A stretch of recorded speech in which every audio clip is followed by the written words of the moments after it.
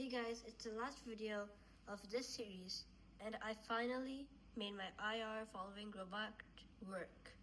If you're not familiar to the series, I really recommend that you watch the rest of the series before this video.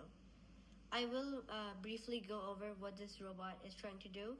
So this is an IR following robot where there are two receivers that try to follow the transmitter, and I'm using a remote control as the transmitter. I used the algorithm mentioned in the previous video, and if you haven't watched any of the rest of the series, feel free to go check it out. I really suggest that you should. So right now there are two IR receivers. There's one on the left and one on the right. When the left IR receiver detects the signal from the transmitter, the robot turns left. If the right transmitter detects the signal, the robot turns right.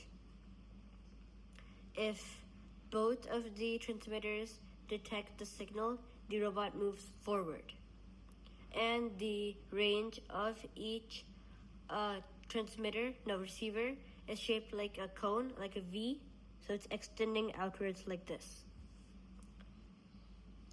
So this algorithm is continuously operating in the motherboard, so the robot knows how to track the IR transmitters.